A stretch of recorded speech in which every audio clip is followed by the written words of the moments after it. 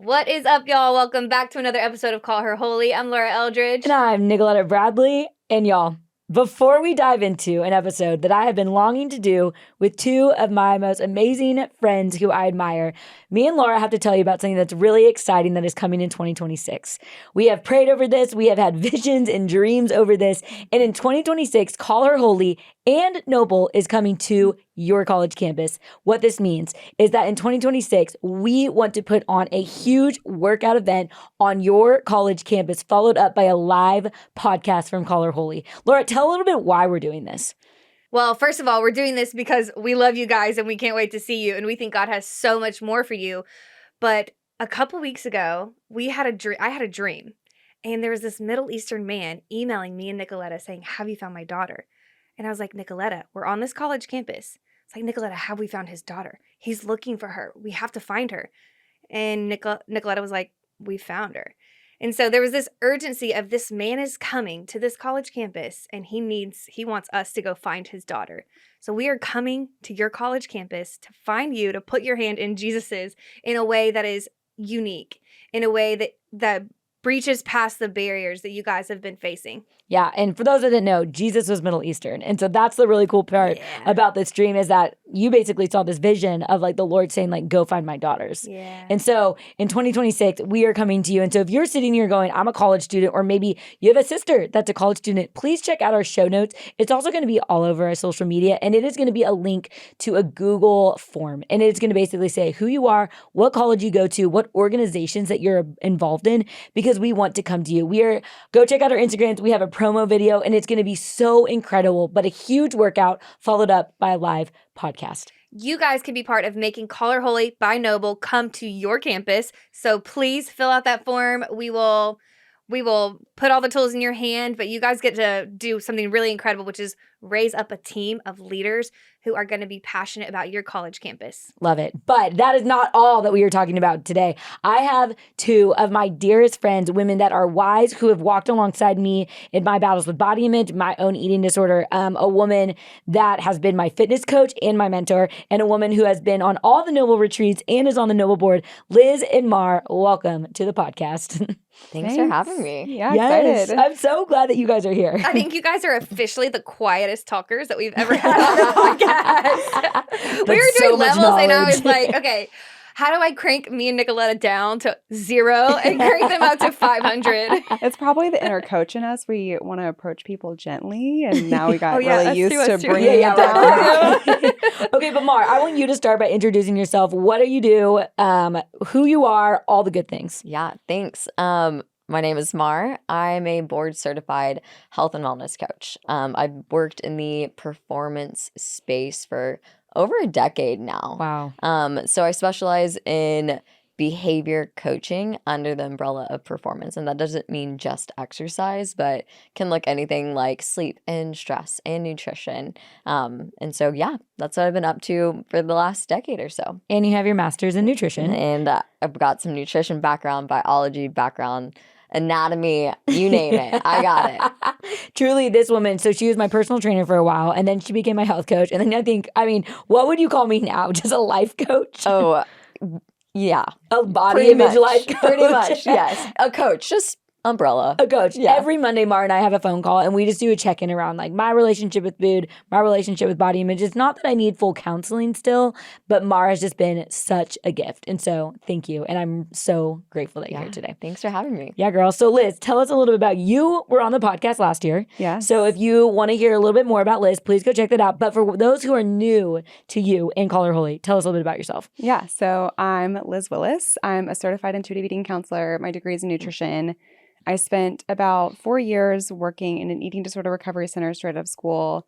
Learned a lot about metabolism, appetite, different things that come with that, and really grew my passion for body image and having a good relationship with food. And then from there, spent a lot of time counseling women more in the disordered eating, chronic dieting space, especially the intersections of those struggles with faith. And so met Nicoletta when I moved back to Texas, and the rest is history, really. Yeah, and you started a ministry called Renamed Ministries. Tell us a little bit about that. Renamed Ministries, working with a few clients right now, really just giving them coaching, great umbrella term, like you said, and focusing really on how do we view our bodies and kind of find peace in the way we look, but also improve behaviors, improve experiences with food to feel more peaceful and more sustainable too. So, Dang.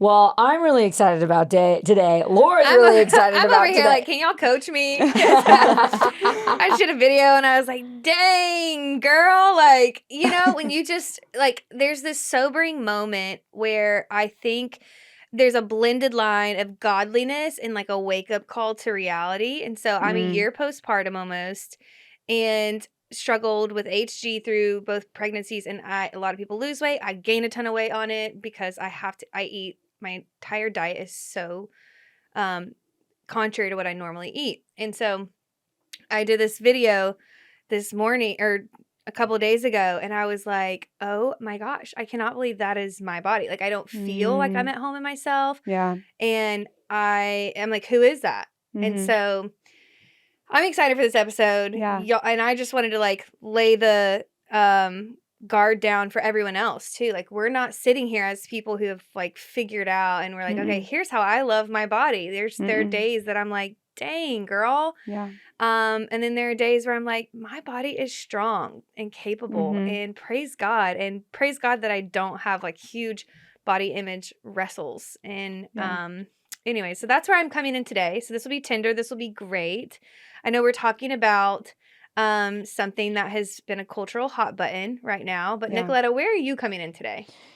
Yeah, it's interesting that you asked that question. So I started my period this morning, which it was interesting because we are filming an ad for some company that is partnering with Color Holy, which is, tell us, what's it called again? Oh, The Promised Land. The Promised Land. This is, okay, we've already done the ad, but like, this is for free. It's so good. You guys have to watch it. It's, have you watched The Chosen? Yes. Not yet. Okay, so Moving. I started the first episode of The Chosen, and I was like, wow, this is kind of like, I'm going to fall asleep. And there's no offense there. Yeah. But The Promised Land has you rolling because it's like real life. So their tagline is crossing the Red Sea was the easy part. And it's Moses and Miriam and Aaron and So it's all a these comedy. people. It's like kind of comedy, but not in a way that stretches the scriptures. It's like here's what a real life, like Moses was actually a dude, you know? And so was Miriam, and so was Aaron, and so are the Israelites. And so here's some of the like interpersonal communication that could have happened as they're crossing the Red Sea, and some things that you find in scripture that you're like, you just breeze past it. So it makes the characters like come to life. It's literally so good. Okay, well, I'm going to watch the episode tonight. I'm very excited. But for that, we had to record an ad of us, a Get Ready With Me, which is very new to me. And Me too. Yeah. Which how do people, I almost Googled, how do you film not a Get Ready With Me, how do you film a day in the life? You know what I mean? Because I'm like thinking to myself, wake up. Y'all don't want to see my PJs. They need a day in the life filming days in the life. That's for funny. influencers. Yeah, like That's setting the funny. camera up and like going back into your bed and then, like waking back up. Yeah, Like the awkward. This is how I wake up. It's hard for us because we like really, really like authenticity is a huge thing too. So I'm like, I can't lie. My tatas are out and they are low. They are hanging. And my hair and like my eyebrows. So literally, I was like, okay, I know I've filmed some sort of content around this. So I was going through old photos. And so I am coming in today being like, dang, I started my period this morning, which I did chat GBT, like, are your pants tighter on your period? Which I guess they said yes. Yes, you because my retain a lot of pants felt really fluid. tight. And then it was really hard to see older photos of me from a year ago. And just like full transparency, Mar coaches me every Monday, but we haven't seen each other in a year. And my body has changed in a year. And I had to like pray on my way over of like, no, Mara's coached me out of what does she think about me in a year since I've seen her? She doesn't think anything less of me, even if my body has changed. And so I'm like coming in fighting my own lies this morning. But I'm excited because I think that's a really good stage for what we are going to talk about today. And that is the topic of Ozempic, GLP-1s. I think that I want to approach this humbly. I want to approach this without judgment, but I also feel like it is an obligation for somebody that is extremely passionate about Christian women and in the diet and weight loss space. We have to talk about this from a biblical lens. And so I want to just open up the conversation, and we can start with you, Mar, is what is the conversation look like right now in the fitness space? And that's how I'm going to kind of distinguish you guys. It's like you really work heavily in the fitness space with coaching. You work more in the nutrition space, but I know you kind of dabble in both. But what's the conversation looking like? And you can be honest. Gosh, I mean, as you're walking in, you kind of mentioned like, what is that looking like? And it's really targeting a very specific demographic. It's the people who I've been doing fitness for a really long time, but I don't quite look how I want to. I also work with a lot of women, and bodies change, pregnancy, menopause. And so these, what were, tools with nutrition and exercise are hard. And now everyone's like, well, I want something a little easier because I feel like I've worked really hard and I'm tired. I'm sure you experience like No, as a mom. that is the hard truth where I'm like, okay, my bladder's falling out now, like not fully falling out, but like It feels like it. It feels like there are like limitations to even from childbirth that you're like, I know how to work hard. And there's a part of me that's like, I'm so tired of working so hard for just like a normal body. Exactly. And a lot of people have been doing, fitness for decades. And so they get to the point where like, why don't I look like this person who has never done these things? And here I am trying very hard. And so right now, I think in the performance space, that's what it's looking like. I've tried really hard. I'm really tired. Here's this person not trying very hard. I want to do what they're doing. Dang. Okay. So what about you, Liz? What are you seeing more so with your coaching, nutrition, all that kind of stuff? Yeah. Going kind of playing off what you said, like honestly, the revealing of people becoming a little bit more honest with themselves on like, no, it's not that I want to lose weight or it's not that I want to look a certain way, especially in the Christian culture. People might feel like hesitant to acknowledge that that's a desire they have.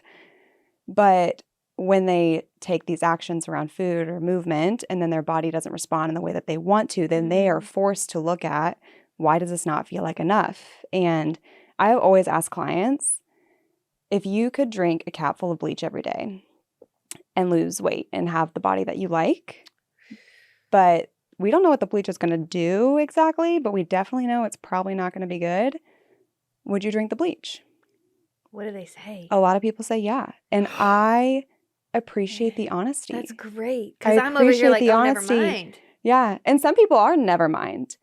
But I think that question is just a good opportunity to reveal in your own heart of like, where am I at in terms of being able to find peace and rest on this side of heaven if my body looks this way? What do I believe about my body looking this way? What am I afraid that I'm going to miss out on in life if my body doesn't change? And so ultimately, I think Ozempic is kind of creating that corner for people to understand. I mean, I get the temptation. Of course, it feels tempting. There's a lot of doctors out there who will be happy to prescribe it and financially benefit from it.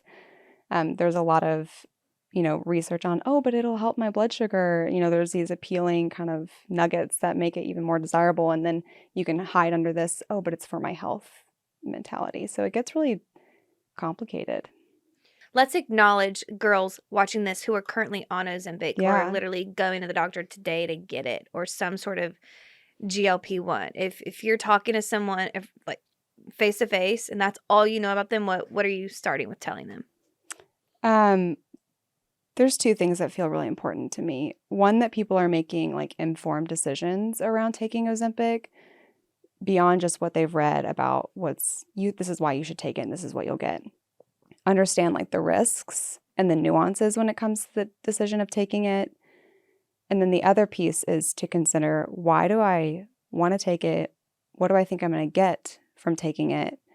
And are those beliefs, deep in my heart aligned with how I'm called to view myself and operate in this world as a believer, someone who's surrendered my life fully to Christ? And can I exist in that space, depending on those two things, in a way that feels like full surrender? Okay, what about you? Like, I want to joke around if I came to you and said, should I be on Ozempic? But then if any girl came to you and said, should I be on Ozempic? What would you say? My first question I always ask is, what do you think this, shot or whatever is going to do that you don't truly believe you can do on your own? Okay, so I'm going to play devil's advocate. So let's pretend you and I are in a coaching call. Yeah. Well, Mara, I'm doing everything. I am working out. I am trying to eat well. But my clothes don't fit me. I woke up early and my jeans don't fit. And my best friend got on Ozempic, GLP-1, and she's happy. She's thriving. She looks healthy. She can run fast again. And before she wasn't. So what's the big deal? I would ask you if you think that you can't have those things without your pants fitting a certain way. Like, all I heard from that was my friend is happy because she's thin. And I'd be curious to know if there's a time currently where you feel happy in the body that you're in. What did I say? No. Because I do think a lot of girls are, it's like, I will be happy when, you know? I'll have more energy. I'll have more respect and praise. I'll like the way that I look when I'm getting ready in the morning and going somewhere. And on top of that, the doctor's telling me that I need it. So now what would you say to that?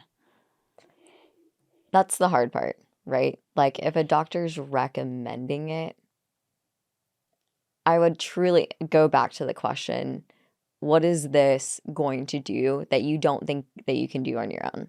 Is there a dependency issue? Is there a resilience issue? Is there what is it really?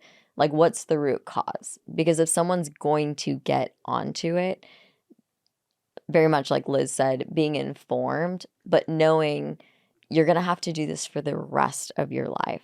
Is it really the rest of your life? Yeah, because I want to know about that. Talk a little bit about the science, because even that, I feel like it's such a fad right now that we're hearing such praise, but then there's also all these other people saying there's such negative effects. So talk us through a little bit of the science of what people are saying. Yeah, well, first and foremost, people who have been on it, 87% of people have gained all of their weight back. So the All of odds it. are, yeah. And more, right? And more. Which Okay. I'll acknowledge is consistent with what we see in data around weight regain from dieting, even if you're maintaining the dieting behaviors.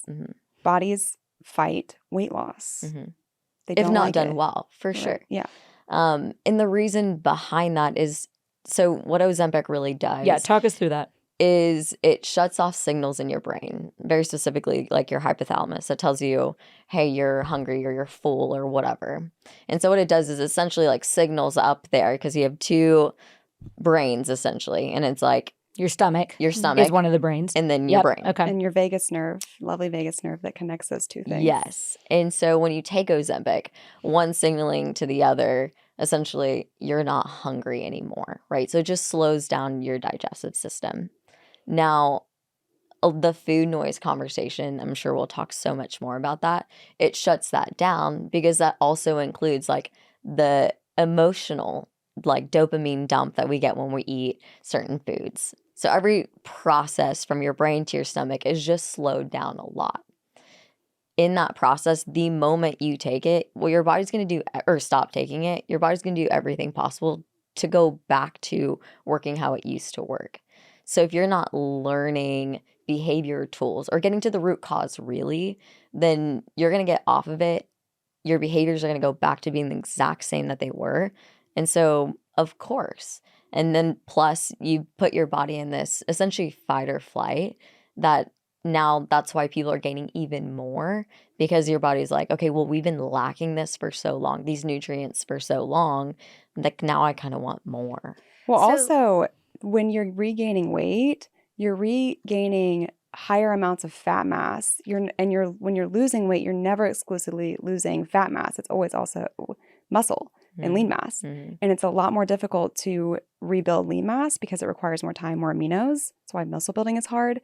So whenever you're in the process of rebuilding weight, your body overshoots the rebuild of fat mass because it's trying to really catch up to baseline with lean mass. So you end up at a higher weight most often and a lower metabolism, dysregulated hormones.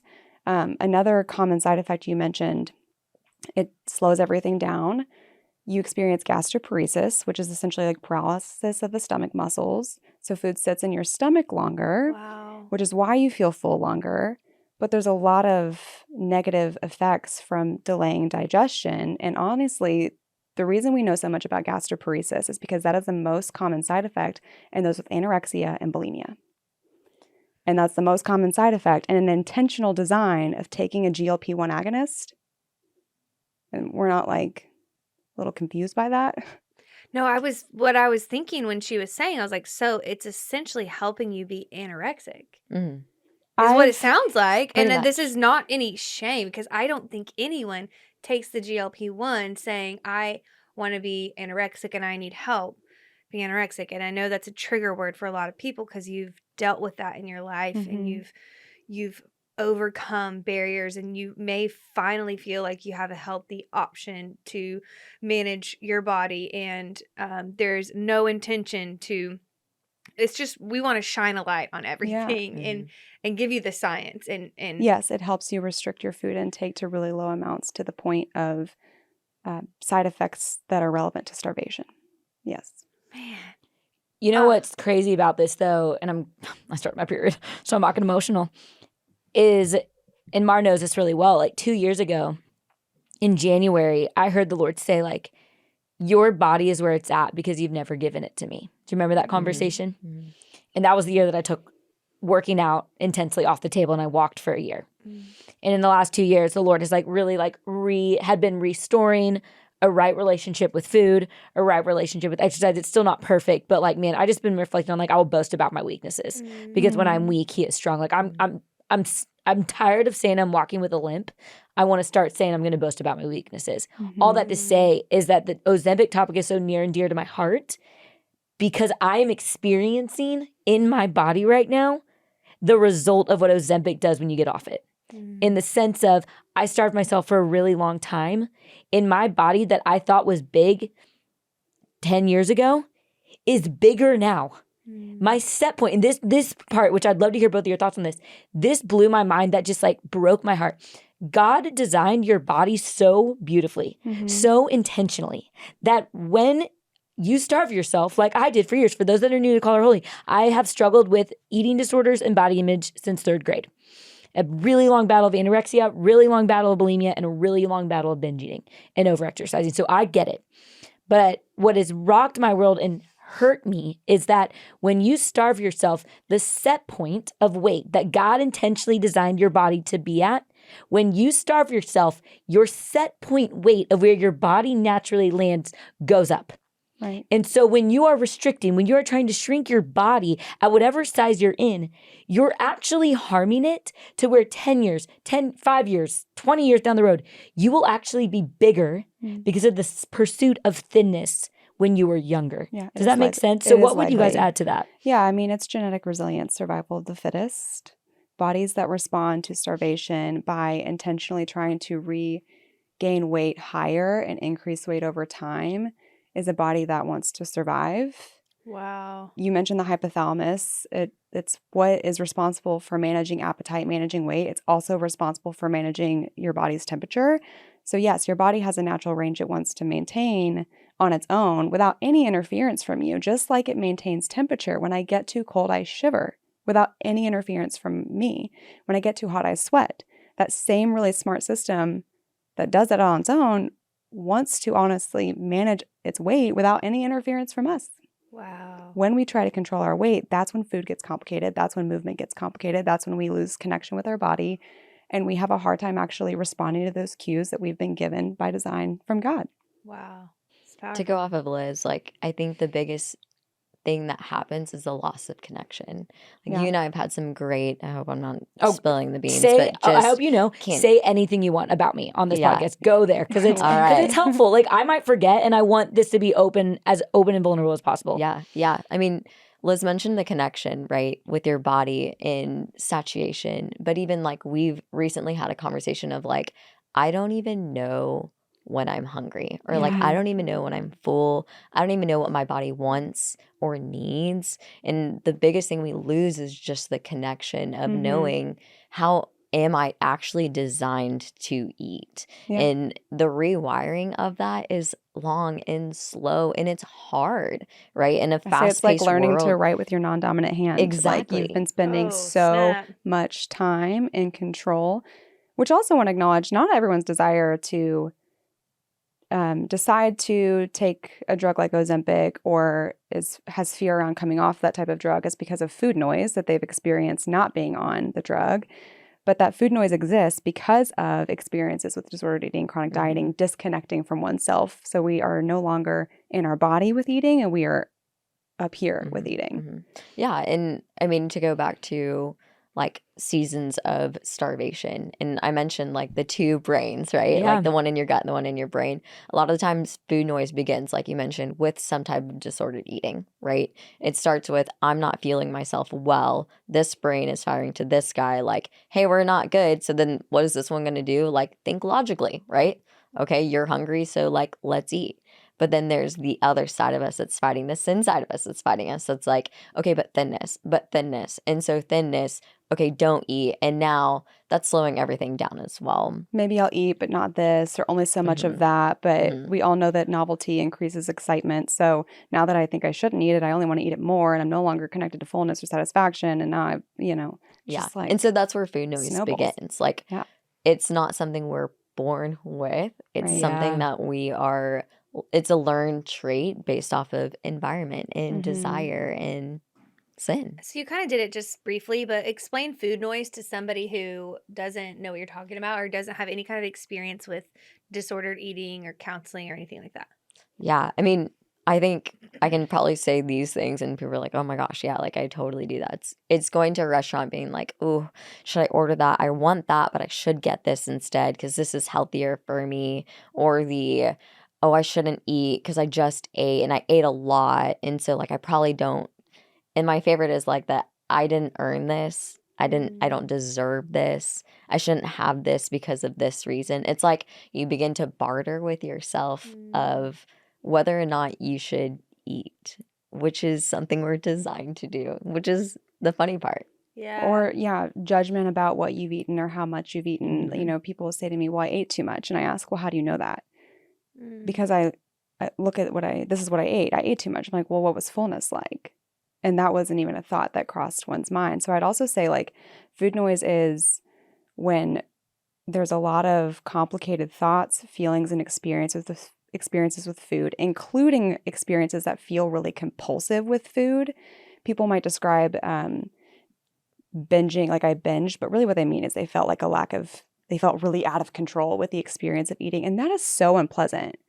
I don't want to feel like I'm not in my body able to slow down. That just feels really uncomfortable. And we tend to think my solution to that feeling out of control is getting back in control. But the more we try and get back in control, we're missing the invitation of connection.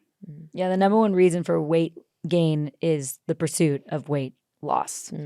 Wow. And I think this is why I'm so passionate about Number this one? Yeah, correct? One of the leading causes. One of the leading causes of weight gain is the pursuit of weight loss. And this is why I'm so passionate about Noble, and this is why I started Noble, because you aren't hearing this on what I eat in a day on Instagram. You aren't hearing the effects of like, hey, did you know that if you actually ate what this girl is telling you to eat, this is the result of it? Like, we need to start adding facts and science and Bible to this topic, because your body is good because God designed it good. And I admit, and you know this, and both of you know this, that has been a battle because I have been told that my body is not good unless it looks a certain way. And so for you, like my question for you, Mar, is, and for Liz, like so recently, two things, and I have a question. I had a vision from the Lord about 2 weeks ago, and I basically said, like, Lord, I hate this struggle with food, like food noise. I literally was like, I hate this food noise. It's always there because everything you just described is what is often in my brain. And I felt like the Lord, just in his kindness, he gave me this vision of like, Nicoletta, but you've never learned to eat. You grew up in a home where your mom was restrictive, that you grew up with very clear good and bad foods.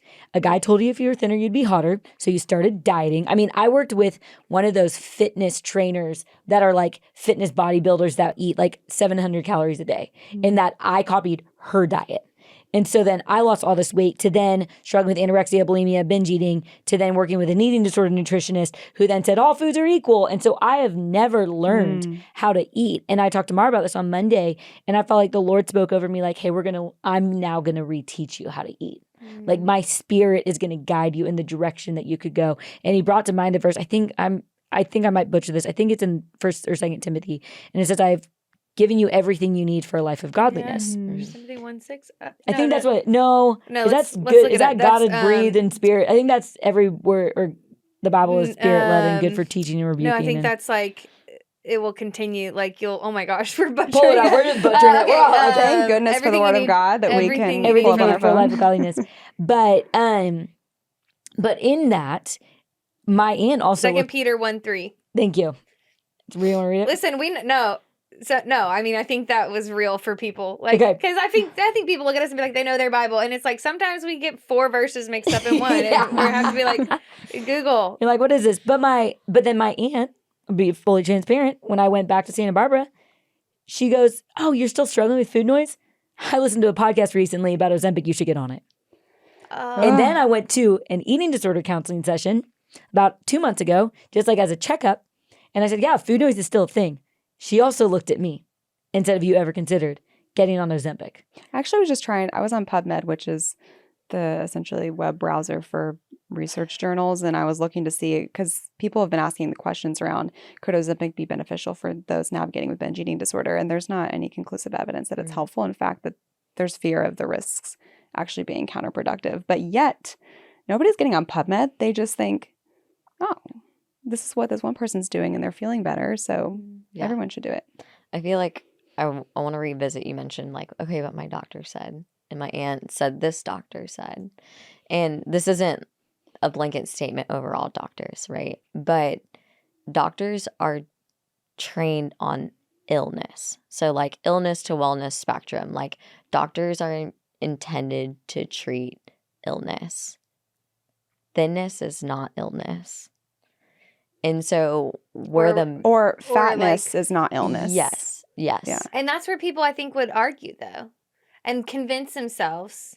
You know what I mean? Like because you do those little BMI tests, and it's like if I can pinch this much body fat, then I'm overweight. You know, or whatever. For sure. I mean, again, this isn't a blanket statement, right? Like obesity by and large is actually one of the major causes of death. So like, would I consider that illness? Like, absolutely.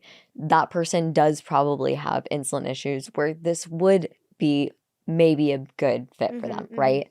But by and large, we're specifically talking about people who probably don't need it and are using it as a dependency tool to get this thing they idolize, right?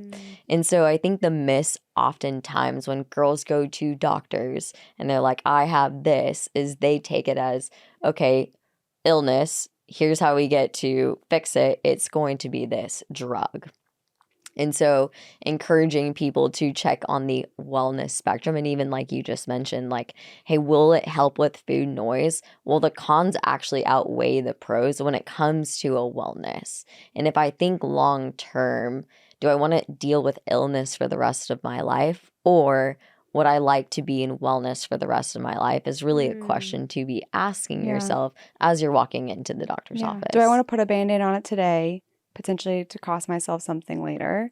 Or do I want to take a probably more difficult, more effort, longer term solution to heal the thing that is making me either concerned about my health or struggling with food noise or having issues with my A1C? And there are some people who maybe the cons like don't outweigh the benefits in that particular season, but also to offer a different, like the opposite end of the argument.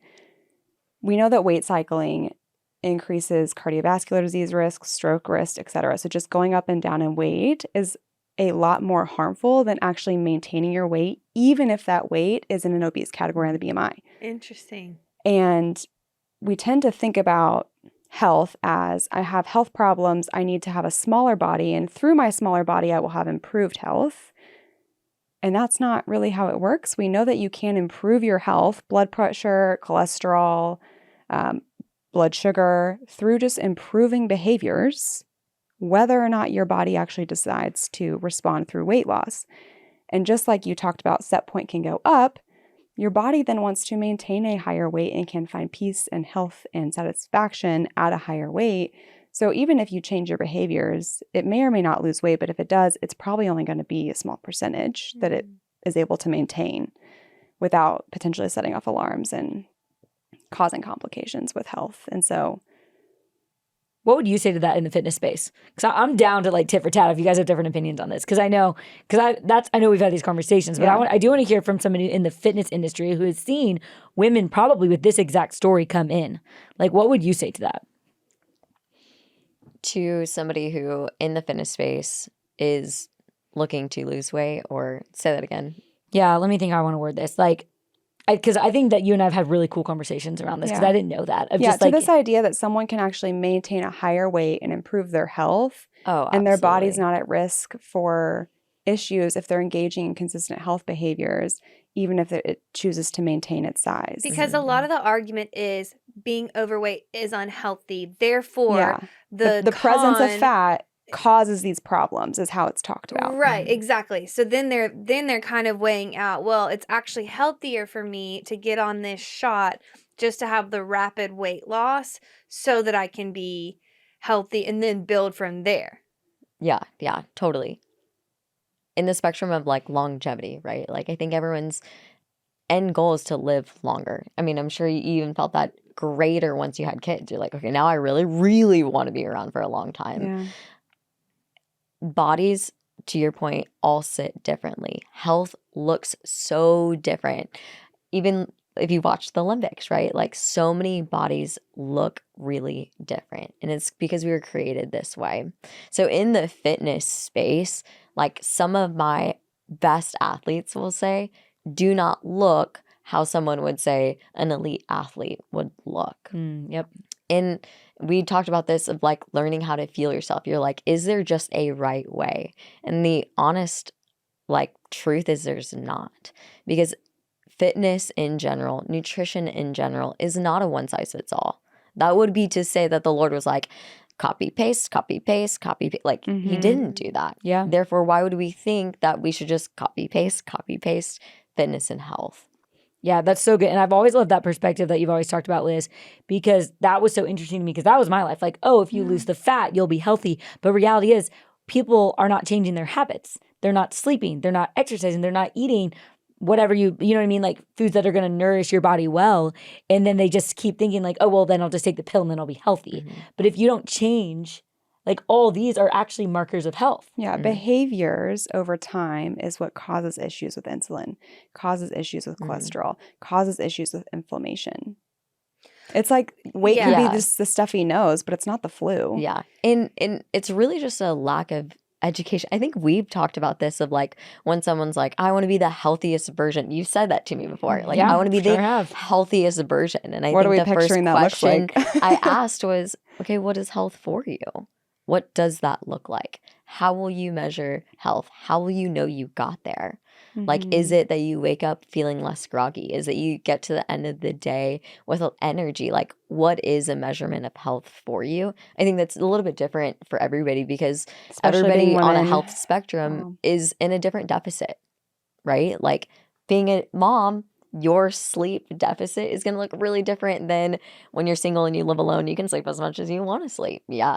And so everybody's deficit is totally different, but it's having people really informed on, hey, what does make a healthy individual? And I'm even mentioned like, hey, I coach on all these things because health isn't just one thing. Like health isn't just how fast can I run, how much can I lift, and how well can I eat, but it's also how well do I sleep? What does stress look like? How am I talking to myself with psychology, if I'm honest with myself? I'm going to call out also, you did not just mention a particular body shape, size, or weight range in that description. Yeah, I think a lot of people, when you say, I want to be healthy, it's almost like your own way of making it feel more acceptable and more God-honoring. It's like, no, I want to look hot, period. And I'll say it, I want to look hot. Like that is what it is. But at least we're being honest. That's and true. At least you're not deceiving yourself. Our hearts are deceptive. Yeah. If I'm just saying, well, I just want to be healthy. Okay. If we achieved these things of what you think like it looks to be healthy, be in an optimal state of health, including behaviors depending on your current life stage, if you achieved that and your body's either stayed the same or actually went up in weight, is that enough? I'm going to say something about this that I think this issue in general actually applies to so many more issues that we face and struggle. For example, what I just heard you guys say collectively is like there's something in the process that leads to overall health. In the process of sleeping well, water intake, helping your thoughts, like drowning out food noise, eating healthy. There's something in the process that we skip over because we just want the result. So it's like I'm trying to skip over those things to grab the result. It's the same thing that we do sometimes with anxiety. I'm going to skip over doing the hard work and just take the medicine. And again, this is not an episode on anxiety medicine. Sometimes it's great and helpful, but it's like we want to skip the process. And one thing that I've learned in life is that God has so much for us in the process. But we want the end results. Right. Like we want to look hot. We don't care about the process. We want to get rich quick. We don't care about the process. We want to have our career like at its peak. We don't care about the process. We want to be free of the anxiety and the depression looming over us.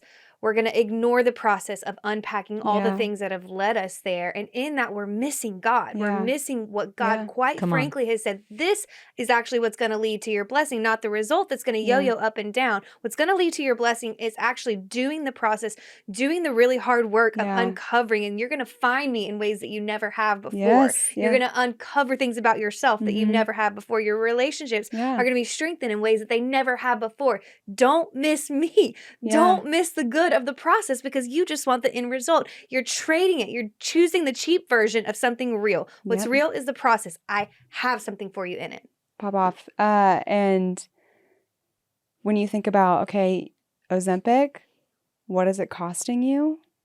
It's definitely costing you the process.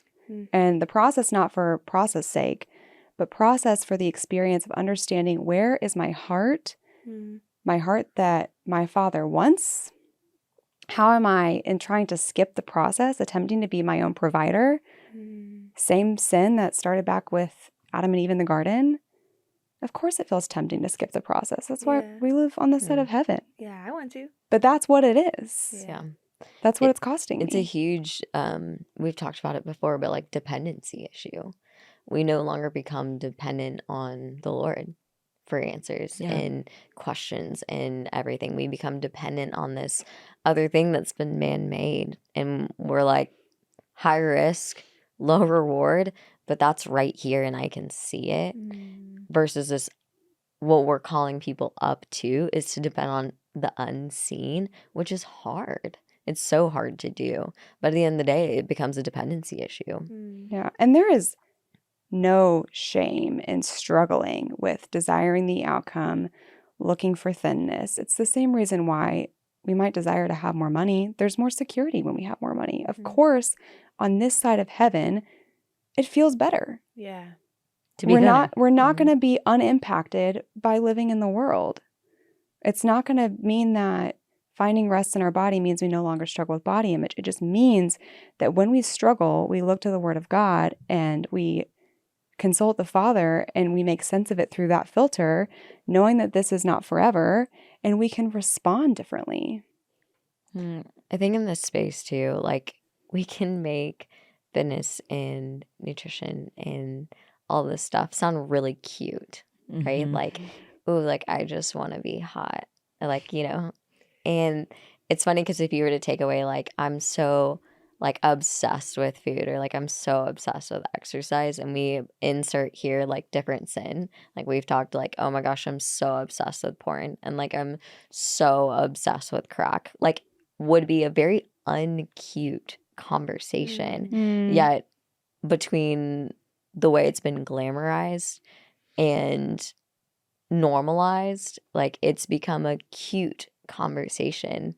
And I think to your point, like it's nothing to be shamed about, but like we need to make it uncute. It's not cute. It's not a cute sin to struggle with.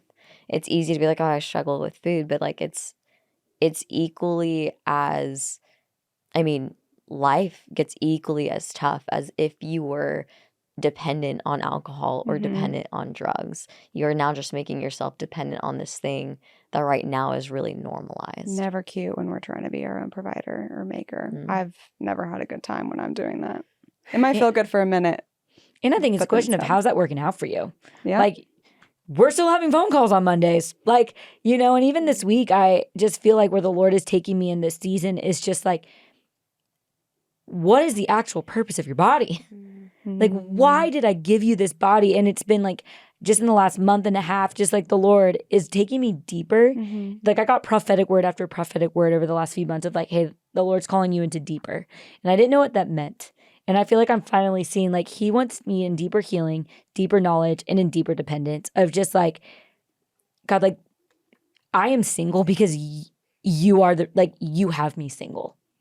It's not my body's fault. Like, I have blamed my body my whole life for everything. Oh, I had a bad day. Oh, because I felt fat. Mm. Or, oh, like they didn't like me. It's because it must be the way that I look. Like, I'm just tired of this, my body, which God declares as very good, like as a vessel and an instrument to go share the gospel. Like, my body is not the thing that should ever have a man like me. My body is not the thing that should make you not or think less of me since I haven't seen you in a year. Like, the reality is, you should be proud of how freaking hard I'm fighting this. And reality is, my body, I have abused it. That's why my weight has probably gone up. It's out of a result of sin. And whether or not that's true, I don't know. Yeah. Maybe. But I can sit here and go, man, like, for most of my life, I've obsessed over the thing that is the least important and interesting thing about me. And it grieves me.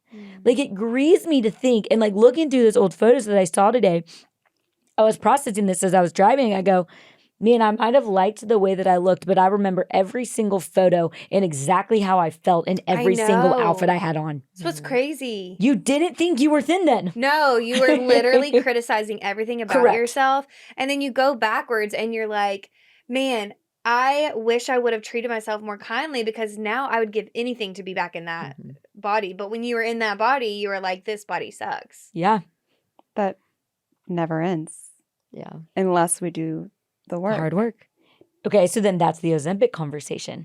Is if we're both saying that if you don't fix what's underneath, no body size is going to change it. And so that's my next question for you guys is for the girl that's sitting here being like, okay, I'll have two different questions. One is for the girl that's on Ozempic, she's seen the results and now she might be being like, wait a minute, what? 87% of this is going to come back. I want you to speak to her. But the second person I want you to speak to, both of you, is the girl that is sitting here being like, but I want my body to change. But what is that hard work that needs to happen underneath first? I would say for the person who's on it, use it as a tool. Like, there's no shame. You're here. You mentioned antidepressants. I use that analogy often. What it does is it just regulates you normal. So in a heightened emotion, you can actually learn strategies and tools to cope with emotion. Yeah. So that when you're off, you're like, I actually know how to manage this emotion. Yeah. Now, it was always meant to be a tool. Yeah. So if you're on it and you're like, wait a second, okay, maybe now I don't want to be on it anymore, or I'm feeling this guilt and shame. And what if I come off? It's the same thing I would say to somebody on an antidepressant. Use it as a tool. Start to learn the behaviors. Start to learn how to be reconnected so that when the time comes where it's time to be off of it, you've learned so many good strategies that now operating on your own, you're like, okay, I've got some strategies to move forward well. Because the reality is, if you don't and you do gain, well, you're just actually going to go back to the shame spiral you were in before. So taking this as an opportunity to use it for good. And then I would say for the person that wants to be on it and doesn't know where to start, I think it's checking in with why you want that. Like, that's the first question, is why do you want to get to that point? Like, what will you achieve if you get that body? And I keep mentioning the same question, but like, what is it that you don't actually trust that you can do on your own? Because that actually really says a lot about where your heart is and in trusting the Lord. And so asking yourself that in context of like, what do I not believing about myself? And what am I actually not believing that the Lord can do for me? That's a great place to start. And then if you want, like, there's some great coaches and people who will guide you well. Yeah. Like, there really is. I mean, you just got health certified. Like, oh my gosh, I would have killed to have someone coach me in high school and in college that cared so much about not only my health, but like my health in relationship with the Lord as well. So like there are great people to guide through too. Yeah, if you're experiencing a lot of food noise or anxiety around health or confusion around how am I, like I'm feeling really compulsive around food, I'm having a hard time being consistent with eating, like that is a really difficult thing to resolve on your own, especially from listening to a podcast or reading a book. Like you've got to work with someone to understand what are the thoughts and that ultimately drive feelings, that ultimately drive behavior, even on a subconscious level. We only ever do something that serves some part of us, even if it's not productive or effective. It's serving some part of us. Otherwise, why would we do it? Yeah. And there's an opportunity to get curious there and to look at this as I have two options. I can want to be my own provider, take things kind of into my own hands and go on Ozempic, go on the next diet, just restrict a little bit of this, work out a little bit more here. Or I can acknowledge that I also have an invitation to the process and the potentially long road, depending on how long you've been struggling with this. If you've been struggling with this for many, many years, the road to healing is going to be quite long. But there's freedom. But on the there's other freedom side on, of I it. was Yeah. just about to say, Yeah. but And there's freedom on the and other you side can of it. be 70 years old. I was at I was somewhere where there was a buffet, and these two ladies were like 70, debating on whether or not to have the roll because they're trying to lose weight. And I'm like, it doesn't end. It doesn't end. Gosh, that's so sobering because, like, here's the thing. We were talking about longevity, and I'm like, man, so many times in college and things like that, like, I just didn't look past what's right now. Mm. And so many girls are listening to this thinking, but I will never get married if I don't lose weight. So many girls who are married are like, but my husband will never look at me the way that he used to if I don't lose the weight. And there's this right now, like instant gratification. I need it right now, that you forget that you're still going to have a life, hopefully, in 20 years and 30 years, that those other things in life matter to you. Mhm. And then you're going to be living with the consequences of how you got what you needed back then. And how often do we look back at high school and be like, man, my problems were so small, but they felt so big. Yeah. And we do that through everything. That breakup, I thought that was the end of me. Praise God, I did not end up with him. I thought there Yeah. was no one else, but oh my goodness, I'm really happy for that. You know, it's so hard to look past right now. Or wait until it feels at least maybe just a little bit more emotionally comfortable to do the hard thing. It's unpack not- that. Say that again. We want to wait. Well, it feels like too much for me to do that right now. Oh, yeah. Maybe I'll do it next time, or maybe I'll do it later. Mm. But the longer we kick that can down the road, the longer we attempt to be our own providers, it's not getting easier. It's not getting less scary. It's not getting less complicated. Totally. It's not going to require any less amount of surrender, which for the person who's currently on Ozempic or for the person who is tempted to take it or just is struggling with your body, like what's the first step? Regardless, surrender. Invite the Father in. And I've never experienced full surrender that did not also feel very scary, very uncomfortable. I've also not stepped into full surrender and not had the Father meet me there fully. Yeah, and it's scary because you're letting go of control. Yeah. There's an analogy I used to give at multiple different messages that I would preach, and it's of what's it called right now? Like, I'm brain foggy right now, but at trapeze. Yeah, yeah. So there's this moment like that makes trapeze so beautiful where they're swinging on one bar and and they like fly off and go grab the other one. And it's like it's Terrifying. so terrifying. Yeah. And honestly, for my adventure junkies, like it's exhilarating. Yeah. But there's this moment where what makes it so beautiful is there's a swing back and forth, but then you have to let go before you can grab on to that other bar. And there's this moment of fear where you're flying through the air or where you're like literally physically letting go. What if, before you latch on to the new thing. And I think that's where a lot of people stay stuck because you're like, I can't let go of the control. Like, I don't want to surrender because that feels human scary. nature. Yeah. Like we are programmed for our brains to entirely focus on what's going to make me feel safe. Like that is just instinctual. sin really wants to wiggle its way in there and hold on. And the But- enemy convinces yeah, us that right, holding on to right, that is right. the only way to So, maintain. the tendency, like I think of control of like if you're on a plane and there's turbulence, what does everyone do? Yeah. I'm sorry. Me holding on to these here armrests are not going to do anything for me if this plane is coming out of the sky. Yeah. But yet I do it. Yet everybody does it. So Yeah. the reaction's probably going to be there. Yeah.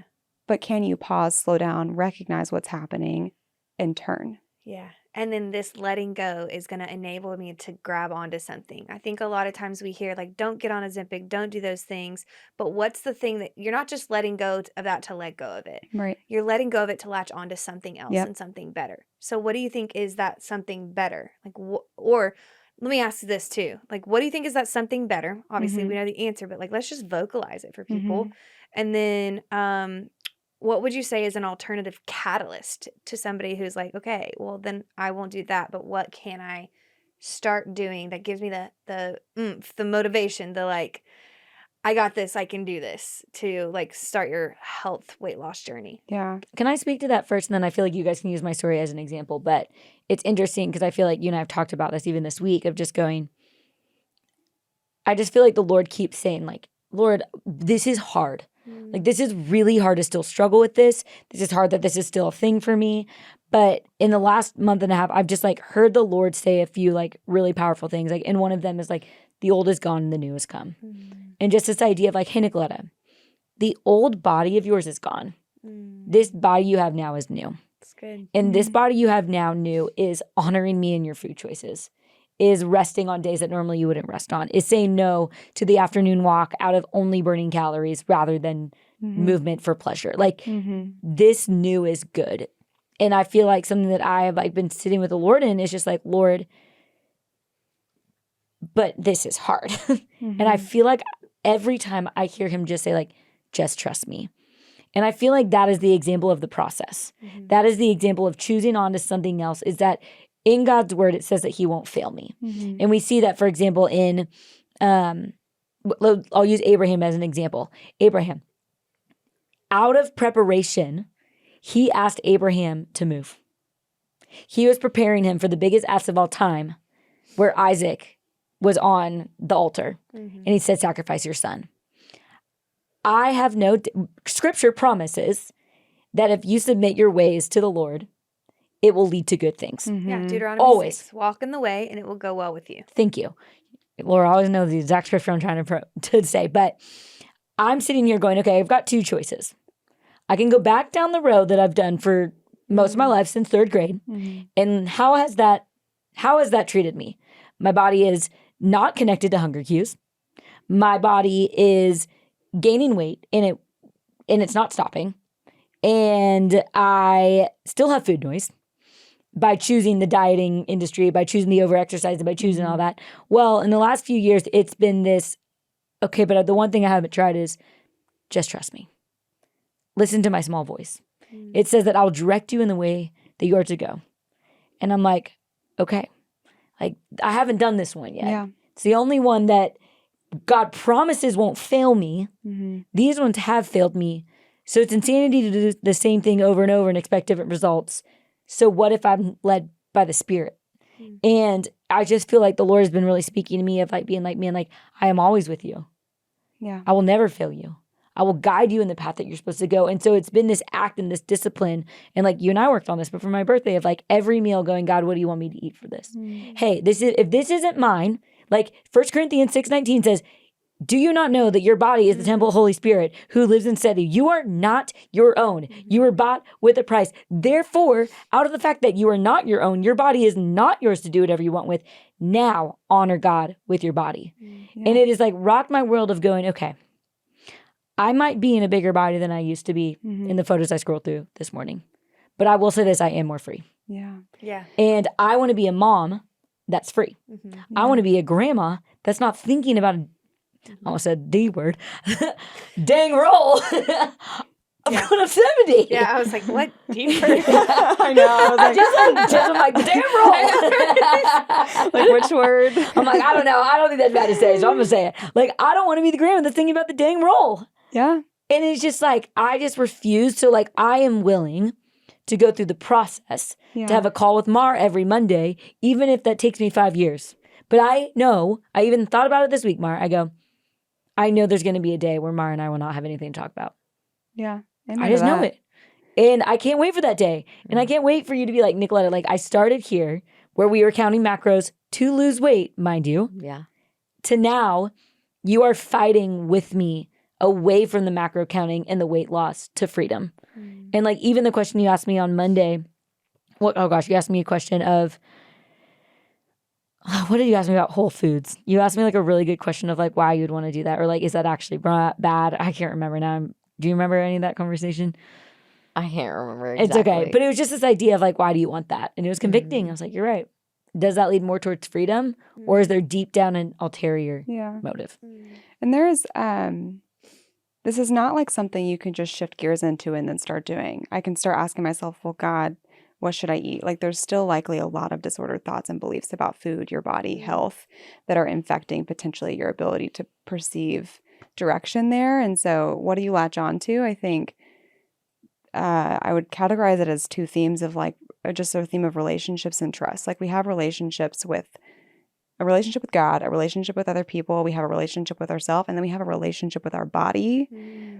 And there's an opportunity to practice. You mentioned like people don't trust themselves to do the things that they want to do. Of course you don't.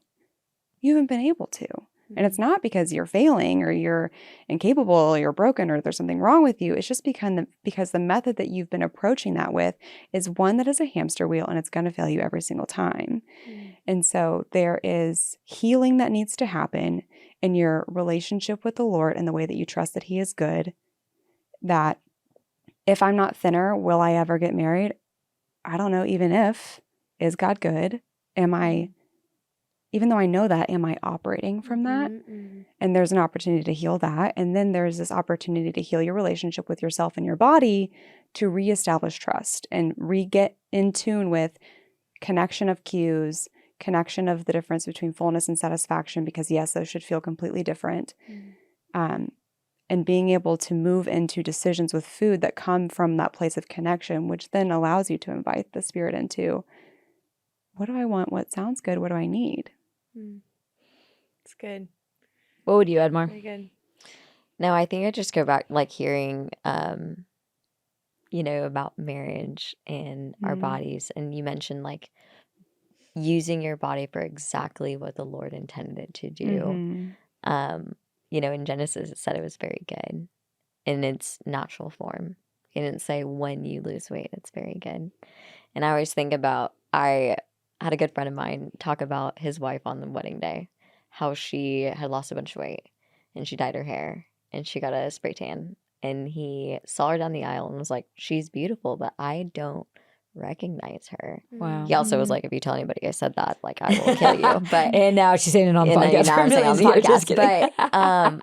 But and it was really convicting even for myself on my wedding day of, hey, when I start to walk down the aisle, is my husband going to look at me and am I going to look exactly like the person he wanted to marry?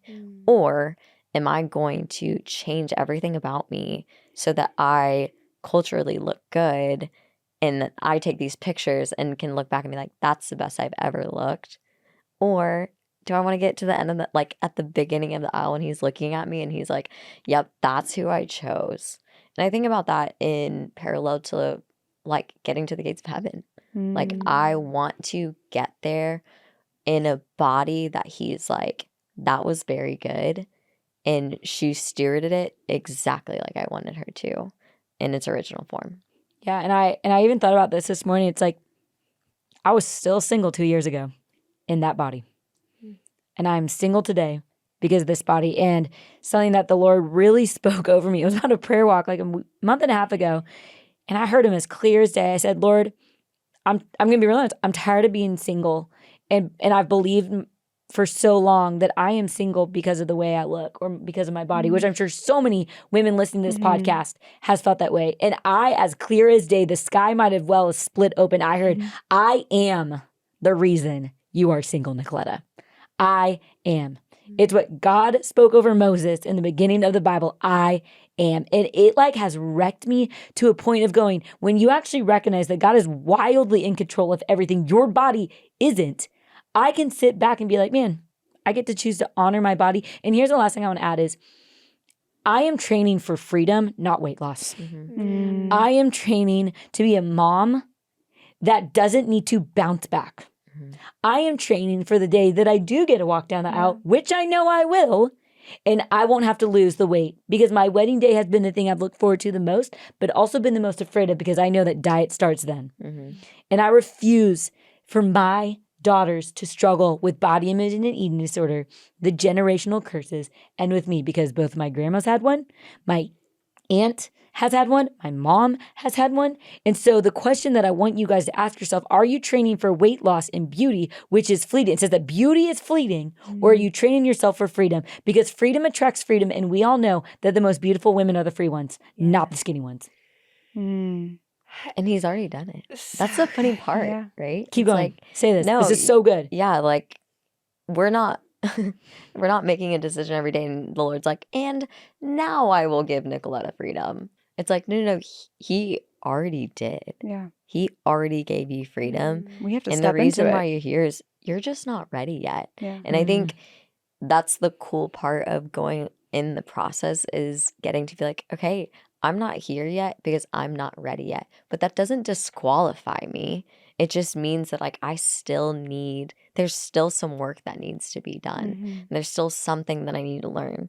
And there's still somebody that needs to hear this. And if you are already free, would this really be impactful? Yeah. And freedom isn't, y'all tell me if you disagree. I don't know if it's a place that we arrive at permanently. It's just a space that we are either operating in and existing in, depending on our health of the relationship that we have with the Lord or not. And circumstances and the enemy can really jumble that up sometimes. And no matter what it is, whether it is fertility, whether it's finances, whether it's pornography, whether it's food, or desiring a smaller body, there are always two roads, my way or God's way.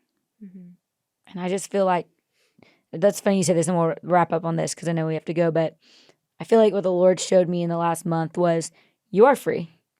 And I've filled you with my Holy Spirit, which allows you to cut down the lies, which allows you to be free despite your body. Like, the fact that I died on the cross and rose again means that you are no longer alone. Emmanuel is with you, in you, and with the sword of the Spirit, you now have the armor of God because I live inside you. You are not alone to fight these lies, Nicoletta. And it has like completely changed. And like, I've been really, I'm so glad you said that, Mara, because I've been thinking so much about that. Like, praise God for the cross, because I would never have had access to the Holy Spirit, who's going to war against my flesh with me. Like, I am not alone in the battle of body image anymore. And it finally clicked. I was like, I am free because you live inside of me. You are sanctifying me every day, but I get to choose if I fight with you or against you. It's so true. It's here's another analogy, and it's Galatians 5:1. It's talking about the yoke of the slavery of rules that God is saying, like, okay, Jesus has already fulfilled the law, but it has implications here in what we're talking about. Is for freedom I have set you free. Stand firm then, and do not submit again to a yoke of slavery. And in this context, so it's talking about not adding rules that God is like not asking you to do. But in this context, there's so much that also applies. Like, for freedom, I've set you free. Stand firm then.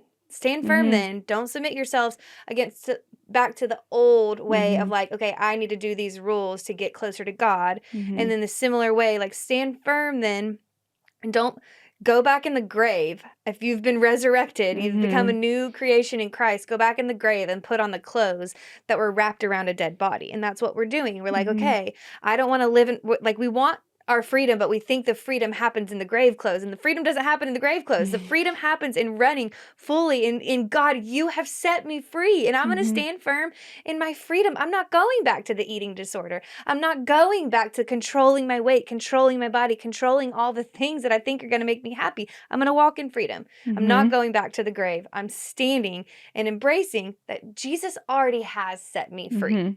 Yeah. Dang. Okay. Is there any last words that you guys want to add to this conversation? No, I'm just grateful that you've opened up this space for us to talk about this. Yeah. And to be candid about Ozempic and Christianity and weight loss and desire. Like, that's not an easy topic. And so I'm just grateful you've opened up the space to do that. You too. Yeah. And no one here is immune from being impacted by the world, struggling with body image, temptations of stepping into the role of wanting to be our own provider, regardless of the topic. And so there's no shame around the desire for Ozempic, being on Ozempic, and just would encourage folks to talk to community about it, invite the father, be informed, and then get support if you're experiencing a lot of complication with food and concerns around health and fitness. I wanna like make one more comment in dialogue as we're wrapping this up. I just feel like God's like pressing on me as it relates to marriage, singleness. There are girls who are on Ozempic because you feel like your husband demands that of you, and he looks at you with disgust, and you're already there. And I'm so sorry that you feel that way. Yeah. And sometimes that is a him problem in his relationship with the Lord. Yes. That needs to be sorted out. And you just doing the weight loss that he has asked of you is not serving him in the long run. Wow. The other thing I want to say, and there's a difference in like becoming healthy and like, I want to look good for my husband. That is honoring and that is good. But like, there is something unhealthy in, I'm not going to call him higher. And then for the girls who want so desperately to be chosen and you're getting overlooked because you haven't lost the weight yet, I'm going to acknowledge that does happen. It happened to me. I would notice guys saw me differently. Those kind of guys, I look back and I think, how lonely would I be in marriage? I'd be the girl who then later on is trying to lose weight for my husband, not out of a healthy thing. That breaks the relationship there, you know? And so there's so much, like, if you're losing weight to try to get the guy, be careful of the kind of guy that you're looking for. And as someone who can speak to, I am currently married to Josh, who's wonderful and has very much said, if I struggle with the way your body changes ultimately when we have kids, then that's a me problem. But I have a previous marriage where other things were said. And I can assure you it is hell on earth being married to someone if they are not fully submitted to Christ in all areas of their life. And so while it feels tempting, it is absolutely miserable. We'll do an episode for the girls who are in that situation because I get the DMs. Saying, what do I do now? I can't stand to look at my husband. I get them. We'll address that. We haven't forgotten you in this. Well, ladies, where can people find you? Do you guys have openings in your coaching? Or am I just blessed by y'all? To coach me, like. You can also say no because that's okay too. No, for sure. I mean, I work with an excellent group of coaches too. Right now we're in a practice outside of behavior and performance research. And I like the word research because it's ever evolving. Come on. But I have a awesome staff there.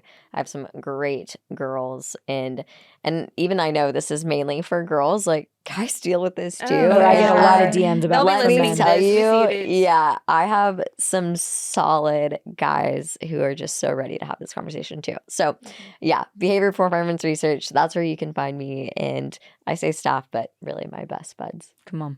Love it. Yeah. You can find me at renamedministries.com. I have room for a few clients right now. So come on. Well, ladies, thank you for listening to the episode. Thank you for being here. I just respect you both so much. You have been huge pillars in my healing journey, and you have walked alongside me. Truly, you have entered into the seasons where I said the goal is freedom and not weight loss. And I just want to say, so that every single woman hearing this, and you as well, Laura, you have been my pillars in this journey. You are the one that I call the most on the hard days. You are the one that speaks truth to me every single Monday, and you are the one that has said yes to not just helping me, but helping so many women through Noble. And so I applaud you. You are incredible. Y'all, I hope this episode has encouraged you.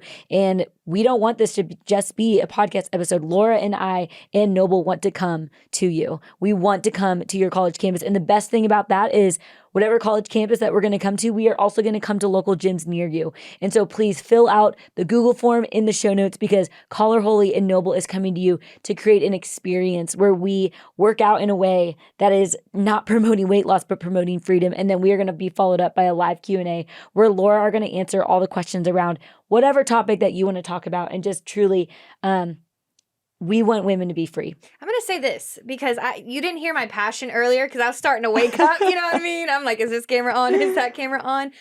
These college events, we believe, not because we are anything special, but we believe God has asked us to do this.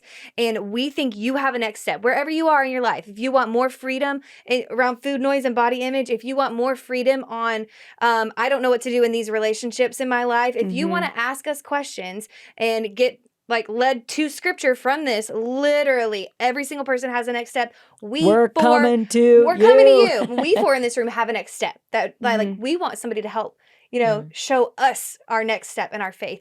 And God has something for you, and we're coming. We're going to meet you where you are on your turf, in a space where you can invite your friends and all your people. If they don't even know Jesus, to a workout class, they'll come work out. You know what I mean? They'll have fun. It's going to be an incredible event. And let us know if you want us to come to your campus. Y'all, we love you guys, and we are grateful for you, grateful for these women. Have a great day.